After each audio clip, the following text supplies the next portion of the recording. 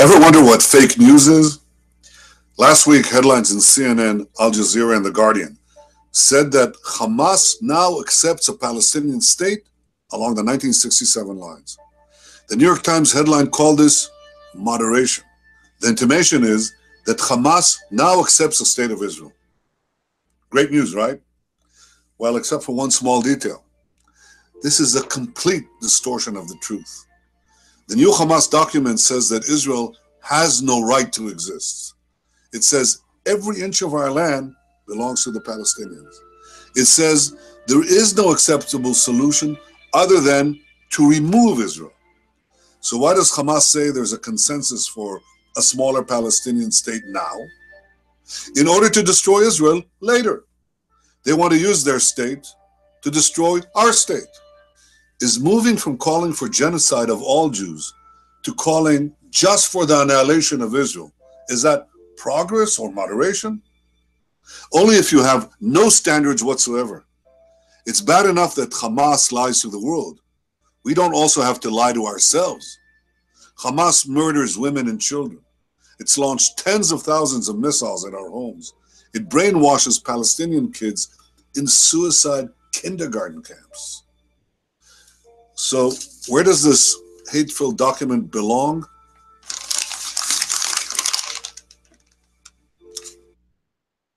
All right, peace of Christ to all. This is a short video about the Prime Minister video, Benjamin Netanyahu, regarding Hamas. So this is a document which Hamas announced, and CNN, they were praising how moderate Hamas became. And we know that CNN is nothing but as a station of scumbags, and they never say the truth. Look what he said in the beginning of the video. Ever wonder what fake news is? Last week, headlines in CNN, Al Jazeera, and The Guardian said that Hamas now accepts a Palestinian state along the... So Hamas is announced by the Guardian News and CNN that they are became moderate Muslims, and they are very nice and they are very cute. Now, I'm not going to make it short or I'll make it long. I will just make a few statements, and you heard what the Prime Minister of Israel he said. If we go to the Quran, you will see the Quran saying it clearly, because Hamas, they try to make it like we are not against the Jews, we are against Israel. We don't want to kill every Jew, we want to kill every Israeli, right? So the one who is CNN is praising, look what it says about the Jews. There's tons of verses, by the way, about the Jews.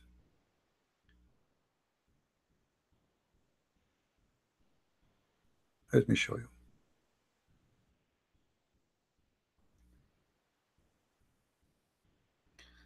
Sometimes the search engine. Quran says the most enemy to the Muslims is the one who called themselves Jews. Okay, this search engine is messed up. Let us make it more, yeah.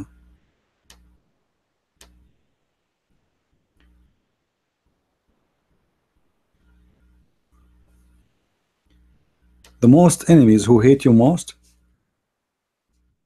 is the one who called themselves Jews. It's not coming.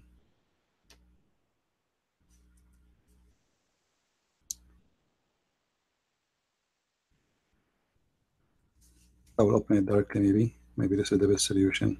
Here we go.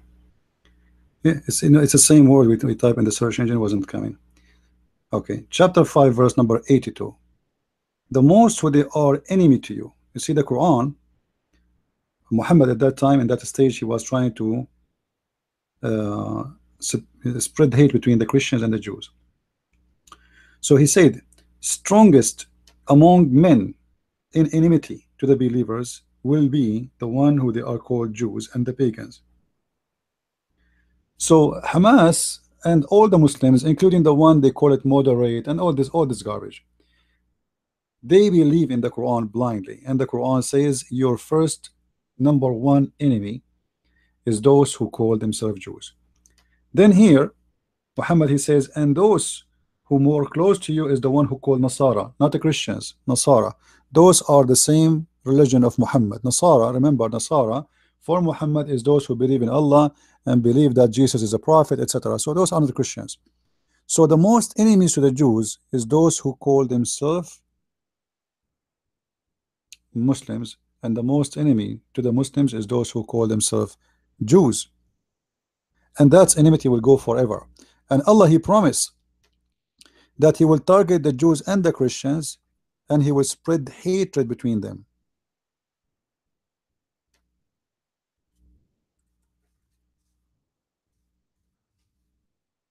until the judgment day. Let us fix this. This website was down. Look like their site is not working good still.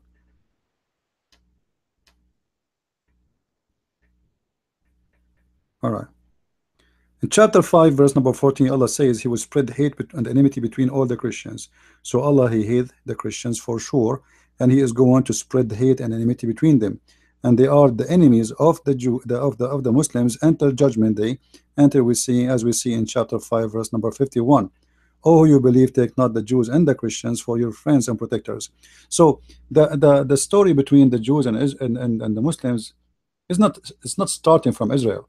Many stupid people think that what's happening because of Israel. If Israel does not exist, the Muslims will not hate the Jews and they will not kill the Jews. But this is the Quran in front of you. The Quran says clearly that your enemy is the Jews and the Christian. This is why you cannot take them as a friends. You cannot be a partner with them. You cannot take them as a protectors, which means no Muslim can accept a Christian or a Jewish government, which means Benjamin Netanyahu and the state of Israel have no right to exist. Only an Islamic state have the right to exist, even in America, not only in Israel. Then we go to the hadith and we will see Muhammad saying, Allah apostle said, the hour will not be established until you fight with the Jews, and the stone behind which a Jew will be hiding will say, oh Muslims, there is a Jew behind me, kill him. So this is what their prophet taught them. And this is why it's very stupid and very naive of anyone to believe that you can sign a peace agreement with the Muslims. Not only if you are a Jew, it doesn't matter really. Muslims do not agree with peace, and Islam is an anti-peace religion. This is why Muhammad says, Aslim taslam, surrender and you will be safe. And this is why Muhammad, he threatened the Arab, either you convert to Islam or I'm going to kill you.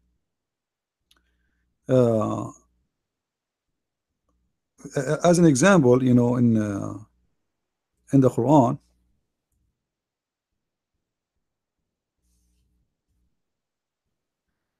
you will see what Muhammad he said to the Arab. Let us go directly.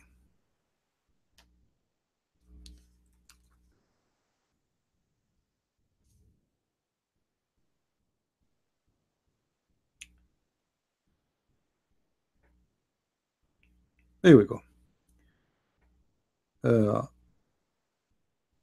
In chapter 48, verse number 11, Muhammad he said, and the Arab, the desert Arab, or the Arab, the people of the desert, who lag behind, which means they will not join Islam and join the fight with Muhammad. They give an excuse and say we wouldn't join. You know, we don't want to follow you. You know, we are living in peace. We don't want this. And then he says to them, you know what? If you don't join us, those who don't want to join us, look what will happen to them.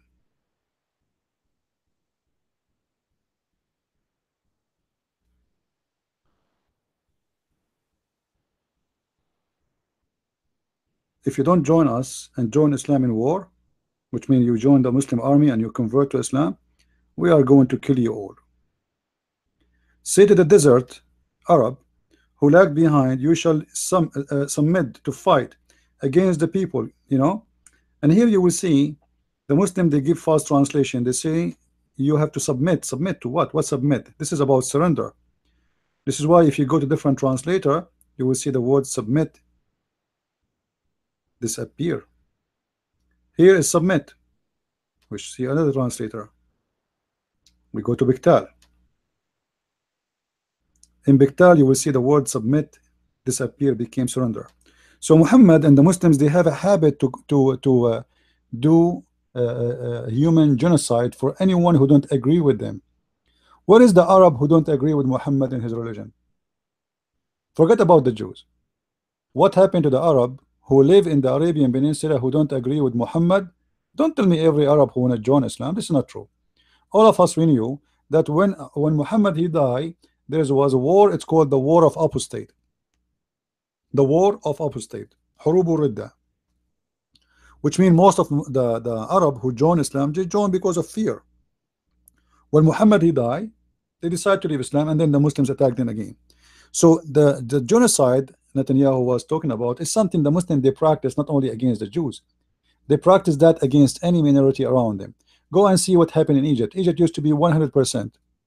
4,000 Muslims only enter Egypt, and they made 4 million Coptic Christians flee for their life or convert to Islam or pay the jizya as a slave.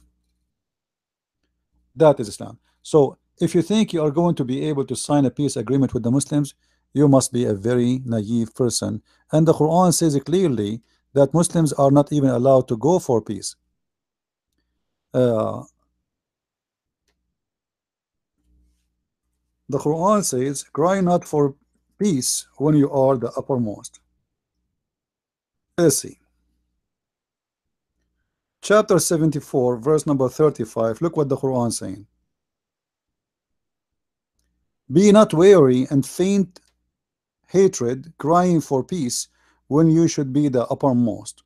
For Allah is with you and will never put you in lose. So what the Quran is saying to them, you Muslims, you can sign for a peace agreement temporarily until you are the uppermost, but don't ever sign for peace when you are the uppermost. So if a Muslim they sign a peace agreement with Israel, like now Egypt signed peace agreement with Israel, but not because Egypt is convinced that they should sign a peace agreement with the Jews or even the Christians, but because they know that they are no match. If they go in war, they will lose. So this is temporary peace agreement, have no, it doesn't even have the value of the ink in that paper, because the Quran say clearly, you cry not for peace when you are the uppermost. And this is exactly what Muhammad he did. In chapter 9 verse number 1, Muhammad this is the chapter, it's called Bara. It have another name, it's called the chapter of At-Tawbah, but the real name of this chapter is called Bara, because in chapter 9 verse number 1, Muhammad he said Bara, which means I wash my hands from all the agreements with the kuffar. Why? Because Muhammad now is strong. Muhammad now, as you see, chapter 9 verse number 1, Muhammad now is a powerful man, so he washed his hand from all the agreement he made with the pagans. The fact the Muslims are the pagans. So he washed his hand from all the agreement he signed with the pagans, because now he is strong and because now he can be the uppermost. So what Netanyahu is speaking of is absolutely true, but he should be more accurate. He said Hamas. Well, Mr. Netanyahu, you are wrong. All the Muslims have the same logic, and they have one religion and they have one book. Ever wonder what fake news is? Last week, headlines in CNN, Al Jazeera, and The Guardian said that Hamas now accepts a Palestinian state along the 1967 lines. The New York Times headline called this moderation. The intimation is that Hamas now accepts the state of Israel. Great news, right? Well, except for one small detail. This is a complete distortion of the truth. The new Hamas document says that Israel has no right to exist. It says every inch of our land belongs to the Palestinians. It says there is no acceptance. So this is not Hamas. Every Muslim, he say that I am, as an Arab who grew up in the Middle East, I say to you, Netanyahu, and all to the Jews, you are being very naive if you think this is what the Hamas they say. This is what the Saudi says. This is what the Kuwaiti said. This is what the Emirati says. This is what people in Afghanistan say. This is what every single Muslim in the world say. So don't fool yourself and say this is Hamas. There is nothing is called Hamas. Those are Muslims. With this, I want to say thank you for watching the video. I did my video late today. I know many of you, most of you are asleep. This is not many are watching. Share the video with your friends. You can download it and put it in your channel if you want. If you like to help us in what we do, hit the like, and we have a link for donation for those who care. This is a Christian Prince, and every day we expose the lies of the fake news and fake reporters who say nothing but the politically correct agenda. Thank you.